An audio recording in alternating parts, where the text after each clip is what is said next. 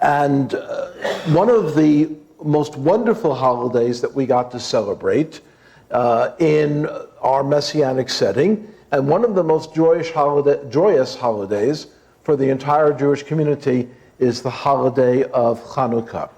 The word Hanukkah is derived from the Hebrew root for dedication.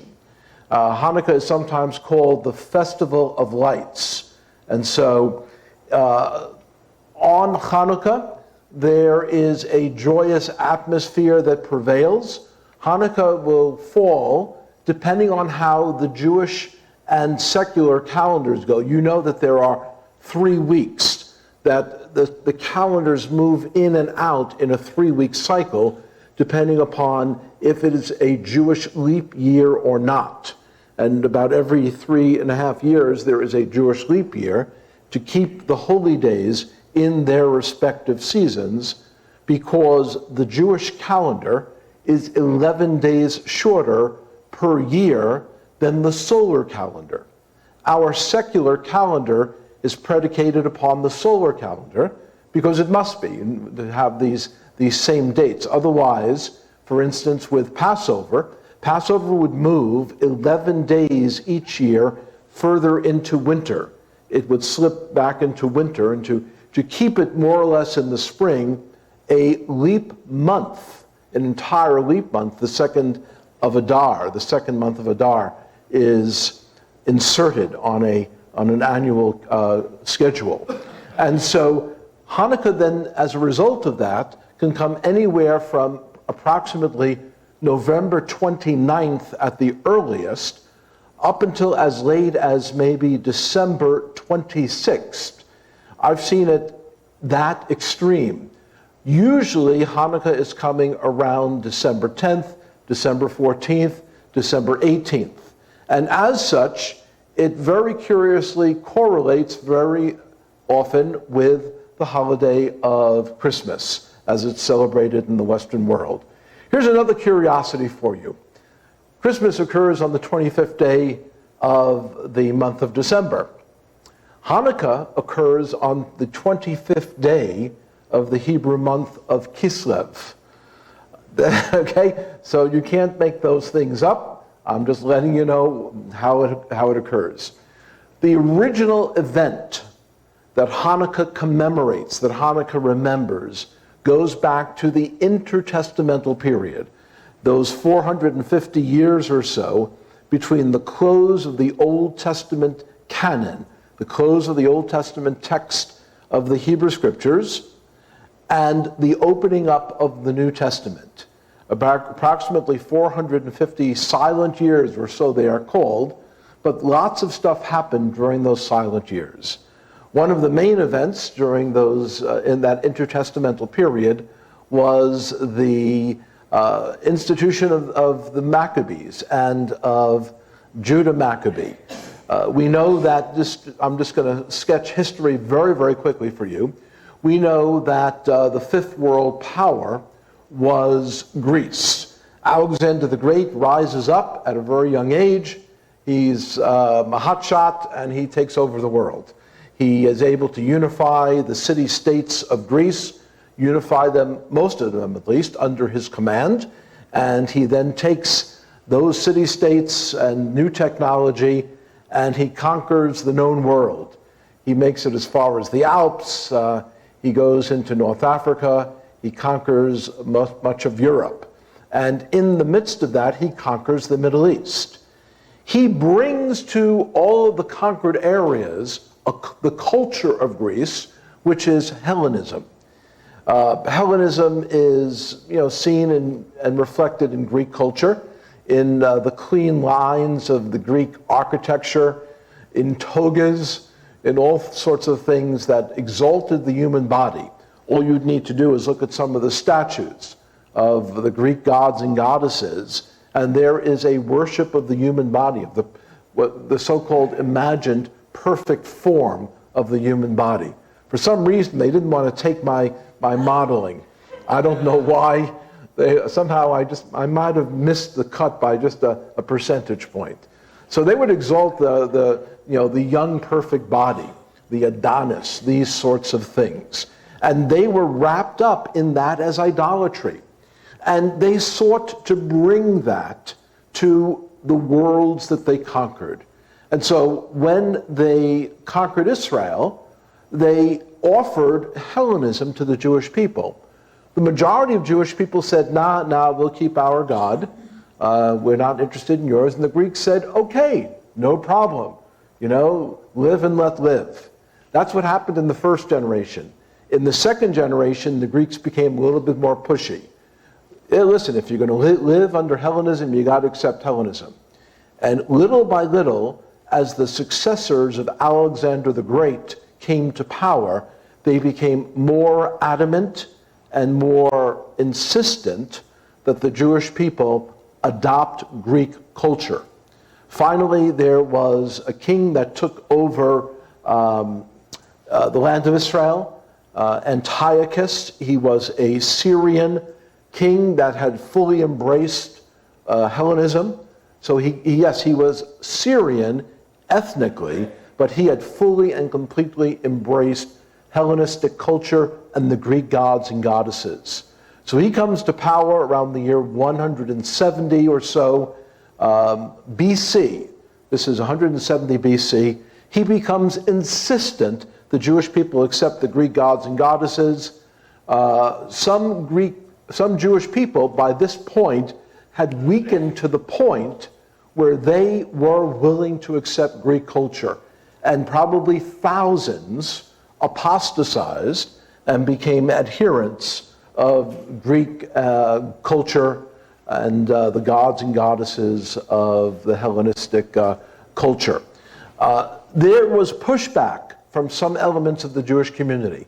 Some of the people in the priestly class pushed back at this. The Pharisees pushed back at this. But young people were becoming very much influenced. It's when you see youth culture around the world, youth culture around the world is increasingly similar. Regional differences in culture are fast disappearing because of the global network of the internet. And it really started in the 50s with television, with networks giving the same program around countries. And so regional differences in the US started to disappear in the 1960s. And now regional differences across the world are fast disappearing because of this. So young people were eager to adopt the Greek culture, and older people looked upon this with dismay. So into this mix, finally Antiochus says, listen, I've had enough of you Jews. You need to be, good subjects of the Syrian government and embrace Hellenism. And so what Antiochus did is he set up a little traveling idolatry show, as it were.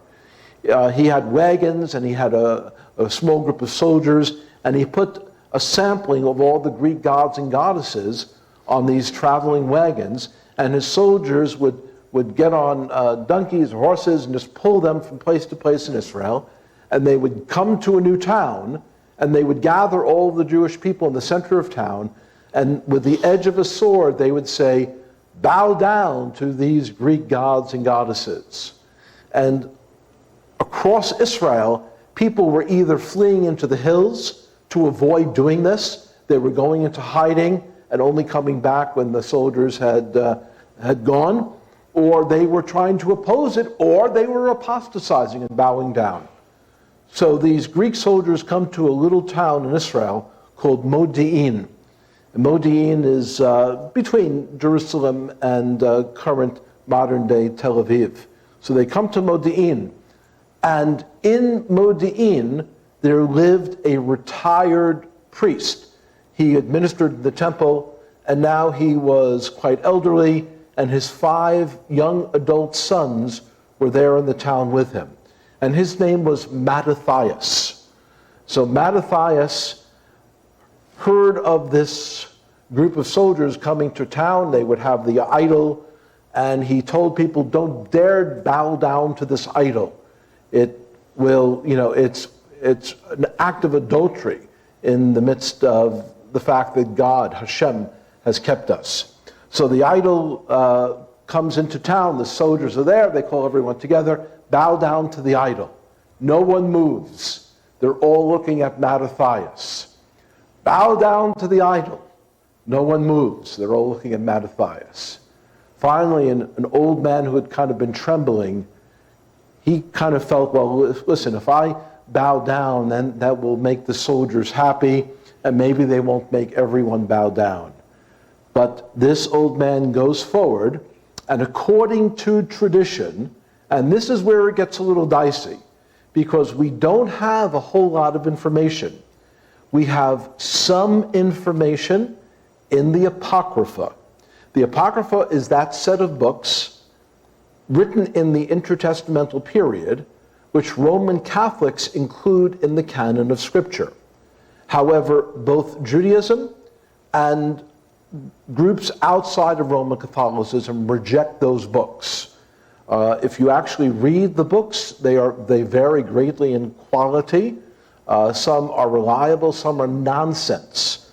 Some contradict the rest of the Bible in the most ludicrous ways.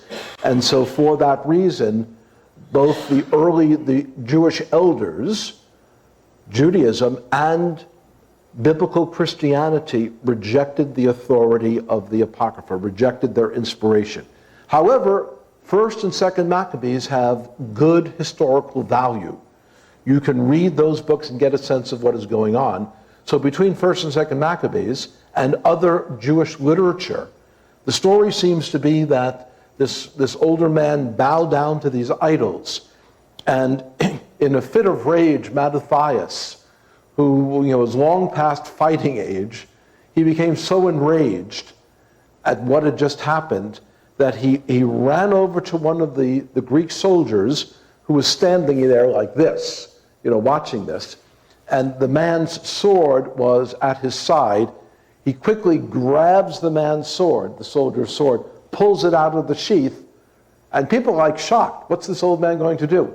Pulls it out of the sheath, raises it, and the famous phrase is, "Whoever is on the Lord's side, follow me." And people are like, what's he going to do? All of a sudden, he takes the sword, he brings it down on the soldier who was looking at him and kills that soldier. And all of his 5 sons say, "Pop, what are you doing?" And at that point, there was nothing they could do, because all of a sudden the fight was on. All the other soldiers, about a dozen or other soldiers, they drew their swords. Everyone in the town started, pulling out their weapons, and the fight was on. Because there were several hundred people in the town, they were able to defeat the Syrian soldiers. But at that point, the rebellion was on. It became known as the Maccabean Rebellion. So you have Mattathias, who's the father. He has 5 sons, one of which is Judah Maccabee, Judah the hammer. The word Maccabee means hammer. It's one of the words in Hebrew that means hammer. Judah Maccabee. So Judah initially is the leader of the revolt. They go from town to town. They get support. It becomes a guerrilla warfare to overthrow the Greeks. The worst thing the Greeks had done, these Hellenized Syrians, the worst thing that they had done is they had come into the Holy Temple and they had defiled it, and in an act of mockery, they had sacrificed a pig on the temple altar. It was like the worst, sort of insult to the God of Israel. They're taking a non-kosher animal, sacrificing and spreading its blood all over there. And so they had defiled the temple, and they had made a big show of it, and you can't do anything. We're in power now. And so the goal was to toss the Syrian Greeks out of the country, and so the Maccabees gathered strength. Many people joined in. Many people who had been just subjugated for a generation were so angry, and they joined in, and it became a popular revolt. They were able to throw the Hellenized Syrians out of Israel, and finally the last soldier defending the temple is killed, and the Jewish rebels go into the temple, and they are shocked at what they see. The scene of devastation inside the temple is a very sad scene. And so they resolved to clean the temple. And at this point, the story gets even murkier, because there are two ways you can go with this story. And I don't see any necessity of separating them. I don't see why both these things can't be true.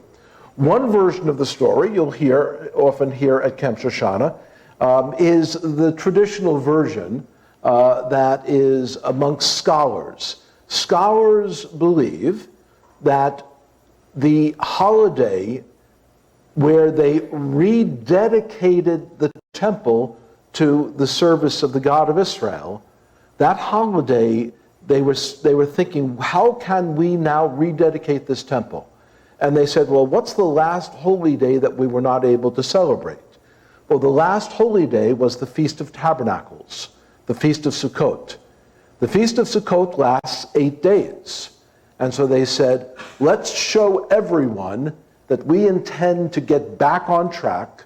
We weren't able to celebrate Sukkot 2 months ago, so let's celebrate it now and show everyone we're going to get back on track. Sukkot is 8 days, let's make this an 8-day celebration. That's one version of the story. And that's what most scholars tend to accept. The much more fun version is this. This is the one I like. When the Jewish rebels got into the temple, of course, they immediately wanted to clean up the temple and re-sanctify it for the worship of Hashem, for the worship of God. And so they went about cleaning the temple, but then in the side of the holy place, there would be the menorah, the 7-branched menorah. The menorah was there, but what was missing was oil. You had to use a certain type of pure olive oil from olives, in order to light the menorah. Basically, it was an oil menorah that had a wick going down into the oil in a special configuration that allowed it to burn very, very slowly. And so they looked all around the temple, and the legend goes that they only found a small jar of oil, a small little flask of oil. It was just a 1-day supply to go into the menorah. However, in faith, they took that 1-day supply and they took the cleaned up menorah, they put the oil in the menorah, and they lit the wicks. Of course, it burned.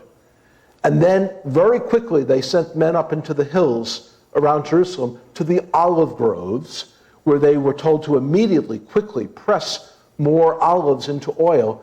But even if you did it quickly, it's a process that would take 8 days, because you've got to filter, and you've got to filter the filtered material. There's a process of curing and filtering.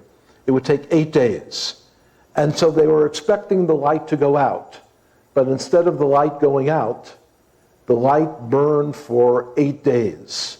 The light of the menorah, the 7-branched menorah, 1 in the middle and 3 on each side. The light which was only able, in theory, to burn for 1 day, burned for 8. They saw that as an example of the providence of God, and that God had accepted their sacrifice. So from that point onward, they resolved to celebrate Hanukkah. And today in the Jewish community, Hanukkah is the holiday that has been elevated, has been increased in stature and importance. Why? One of the reasons is it's a midwinter holiday. Things are kind of dull in the midwinter. But without a doubt, it faces Christmas. It occurs a week or so before Christmas. So Jewish kids in Western countries are watching their non-Jewish friends getting Christmas presents and having Christmas trees.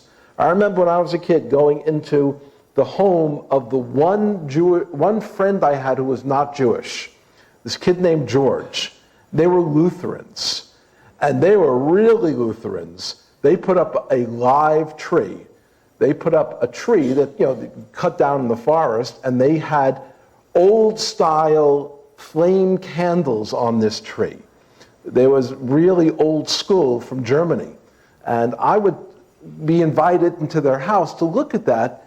And as a little kid, in one sense, you're kind of a little jealous, but then you remind yourself, well, that's not our culture. I'm glad that they're glad. I'm glad they're happy, but it's not for us. At that point in time, this is the 1960s, Hanukkah is starting to be elevated. A brand new thing would happen. You'd get Hanukkah cards. Never, never, ever was there such a thing as Hanukkah cards 60, 70 years ago. But all of a sudden, to compete with Christmas cards, all of a sudden there now are Hanukkah cards. All of a sudden, appearing in the windows of our apartment complex was this brand new item called a plastic electric menorah. Menorahs were always on the table in your kitchen with candles in it. But now people would run to the hardware store and everyone wanted to get an electric menorah to put in the window to show everyone, hey, we have lights too. And that's what it was. We have lights too. And not only that, you give presents on one day on the morning of Hanukkah, on the morning of Christmas. You know, Christmas morning, all the kids run down, they say, where are our presents? What did Santa bring us? That's what they say. And so they say, we'll do this one better. We'll give presents for all 8 nights of Hanukkah. And so Hanukkah has become a very important holiday in the Jewish community. As we were bringing up our son, we did Hanukkah big. Hanukkah Harry showed up at our house every night for 8 nights. And the gifts only increased in value. Here is a photo of our Hanukkah celebration at the Messianic congregation where we were involved for 17 years. All of those kids are the children of Jewish believers. The tallest young lady there was raised in the congregation. She was a key part of our praise team, and she is leading the kids in the celebration of Hanukkah. Notice on the upper right-hand side, each of those menorot only have 4 candles. That's because on that particular day at our congregation, it was the 4th day of Hanukkah. So, on the first night of Hanukkah, you would have 1 candle here, you'd have a second candle right here. All of these others would be empty. And so all of these others would be just blank, it would be open, just like you see there in that illustration. These candles will burn down in less than an hour. On the second night of Hanukkah, you replace this from your handy-dandy box of Hanukkah candles here, and you have now 2 candles. The third night, you bring out more candles and you light the third, all the way up to on the 8th night of Hanukkah, you have all of these candles burning. And it gives off a very golden glow. The way that they've made these candles is that the light coming from them is a very deep yellow. It's a very golden glow. And so you light the candles, and then very conveniently they've printed on the back the blessing over the Hanukkah candles. And so this is how the traditional blessing goes. Baruch atah Adonai Eloheinu melech haolam asher kiddushanu b'mitzvotav v'tzivanu lahadlik ner shel Chanukah. Baruch atah Adonai Eloheinu melech haolam she'asa nisim lavoteinu bayamim hahem b'hazman hazeh. Blessed art thou, Lord our God, King of the universe, who has commanded us to light the Hanukkah candles. Blessed are you, O Lord our God, King of the universe, who performed miracles for our ancestors in days of old. That's my immediate translation. They didn't have any translation here, so that's essentially what it says. So you light the candles, and then there are games. I have here a dreidel. When we were kids, we would sing, I had a little dreidel, I made it out of clay. This is all ancient Jewish culture now. And I'm sure there are cartoons that go along with that. But there are games that you can play with the dreidel. You have the various letters here that illustrate the phrase of Hanukkah. And it says there in Hebrew, Nun, Gimel, He, Shin, which stands for the words Nes Gadol Hayasham. A great miracle happened there. Those are the type of dreidels we use here in the United States. In Israel, it doesn't say Nes Gadol Hayasham. It says Nes Gadol Haya Po, because it didn't happen there, it happened there. You have a dreidel, and it was with Nes Gadol Haya Po, there's a pay. Okay, instead of a sheen, it's a pay. A great miracle happened po, here. And so there are gambling games you can play. So I used to win dozens and dozens of pretzel sticks. That's how we used to play for pretzel sticks. And so Hanukkah is a very important holiday to our Jewish people today. And a holiday for believers. The explanation here shows us that in John chapter 10, this is the one Jewish holiday that's not described in the Jewish Bible, but rather it is described in the New Testament, which, by the way, I also consider to be the Jewish Bible. It's not generally considered to be such, but what do they know? It was written by Jews about the Jewish Messiah. And so to me, the New Testament is just as much a part of the Jewish Bible as the part written in Hebrew. But in John chapter 10, Messiah Yeshua is seen to be in Jerusalem for the purpose of attending the feast. And in your English translation, it will say the Feast of Dedication. Literally, that is Hanukkah. And that's when some of the Pharisees came to him and said, if you are the Messiah, tell us plainly. And so he said, I've told you, you don't believe. And so he used the occasion of Hanukkah to talk about this fact that you think this is light? Basically, he was saying, I am the light of the world. And he would go on to use all the Jewish holidays to bring attention to his messianic mission.